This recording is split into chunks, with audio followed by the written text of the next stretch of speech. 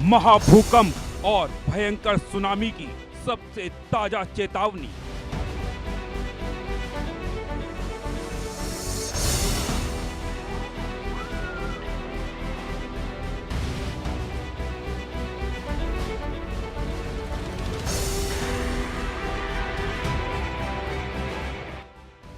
Japan की सरकार की एक रिपोर्ट ने उड़ाई सबकी नींद।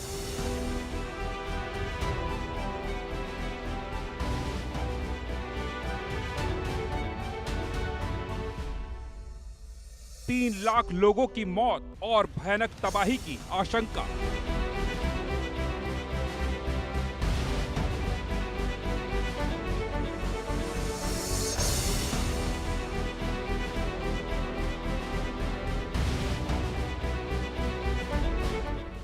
प्रशांत महासागर में बेहद भयानक भूकंप आने वाला है।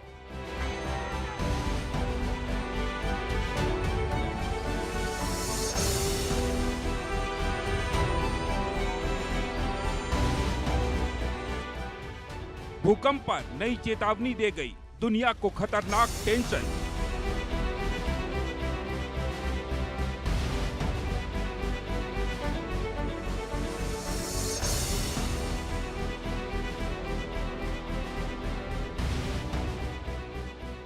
ऐसा भूकंप आएगा जो न सुना गया और न कभी देखा गया।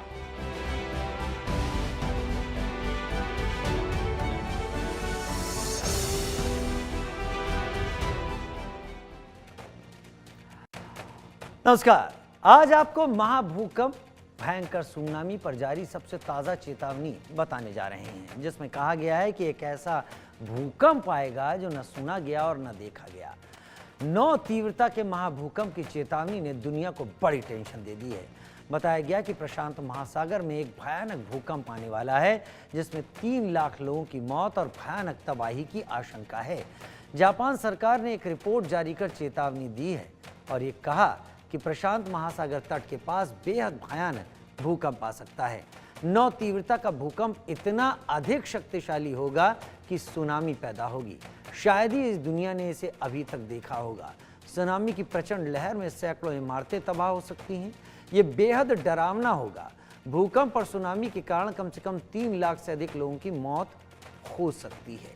चेतावनी और भविष्यवाणियों के बीच आज फिर धरती भूकंप से कांप उठी। पापुआ न्यू गिनी में सुबह भूकंप के तेज झटके महसूस किए गए। रिक्टर स्केल पर इस भूकंप की तीव्रता 6.9 आंकी गई। भूकंप के बाद सुनामी की चेतावनी जारी की गई थी, जिसे बाद में वापस ले लिया गया। यूएस जियोलॉजिकल सर्वे के अनुसार 6.9 तीव्रता के शक्तिशाली भूकंप के बाद सुनामी की चेतावनी रद्द कर दी गई है। यह भूकंप धरती की सतह से 10 किलोमीटर की गहराई पर आया। पड़ोसी देश ऑस्ट्रेलिया के मौसम विज्ञान विभाग ने कहा, देश में सुनामी का कोई खतरा नहीं है।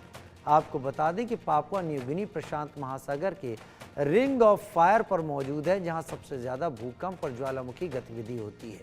रिंग ऑफ फायर का क्षेत्र 40,000 किलोमीटर लंबा है और इसमें कई देशों की सीमाएं शामिल हैं, जैसे Japan, Indonesia, Philippines, New Zealand, Chile, Peru और अमेरिका का पश्चिमी तट। इसका नाम रिंग ऑफ फायर इसलिए पड़ा क्योंकि यहाँ दुनिया के सबसे अधिक सक्रिय ज्वालामुखी हैं। यहाँ दुनिया के लगभग 75% सक्रिय ज्वालामुखी हैं और 90% से अधिक भूकंप आते हैं। लिहाजा जापान को 9 तीव्रता के भूकंप की चेतावनी पर खास मेहमानों से चर्चा करेंगे। धरती पर आखिर हो क्या रहा है, इसे भी समझेंगे।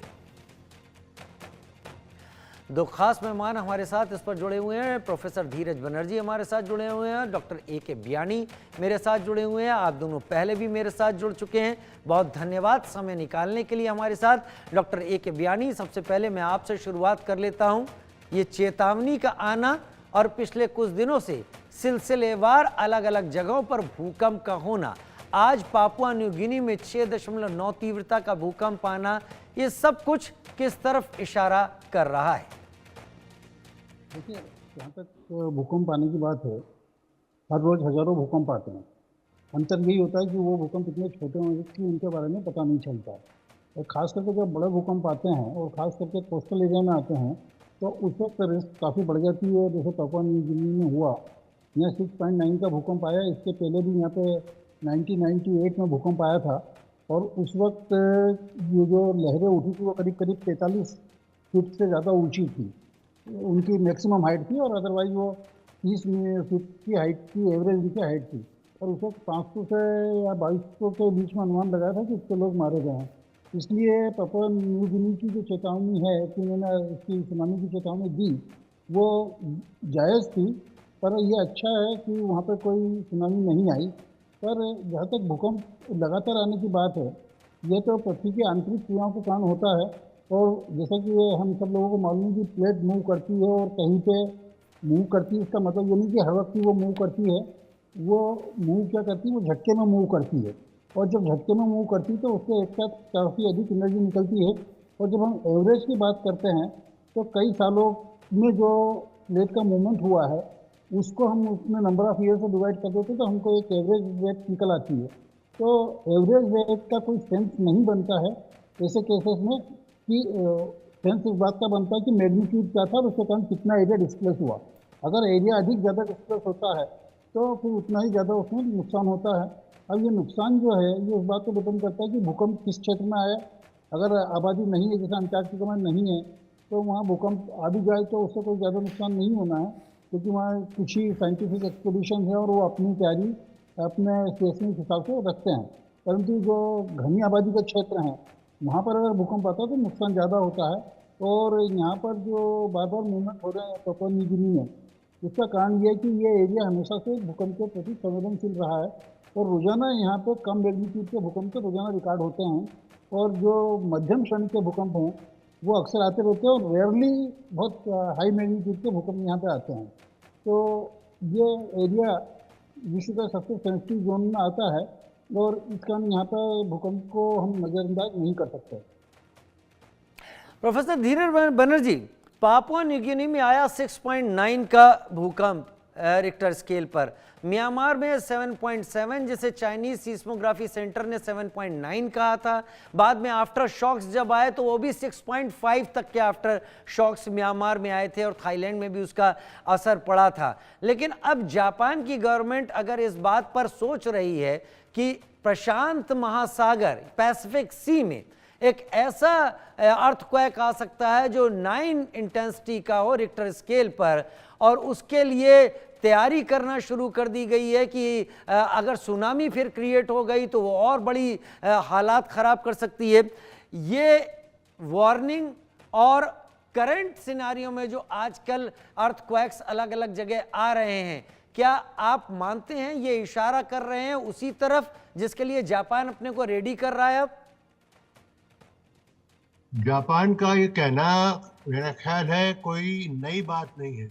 ये हमेशा से हम लोगों को पता है कि रिंग ऑफ फायर के लॉन्ग जो है वो अर्थक्वेक आते हैं और आते रहेंगे, और जापान में भी 9 के अर्थक्वेक आ चुके हैं। उनका एटॉमिक वो यूनिट था वो खराब हो चुका है।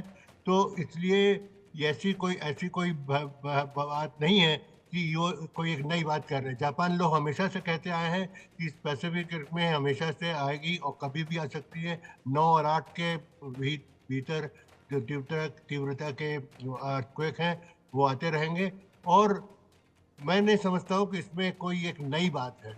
ये चूंकि अब म्यांमार में हुआ है और बैंकॉक में हुआ है, तो इसी संदर्भ में वो कहते हैं कि जो प्लेट से बाउंड्रीज हैं वो आपस में एडजस्ट करेंगी, और वो एडजस्टमेंट की वजह से जापान में भी नुकसान हो सकता है और आ सकती है। वैसे अगर 8 और 9 में अगर इस तरह की बात होगी और अगर अर्थक्वेक जो है वो समुद्र के अंदर होंगे तो सुनामी होने के चांसेस तो बहुत है। सुनामी पहले भी हो चुके हैं और सुनामी से जापान को बहुत नुकसान भी हो चुका है।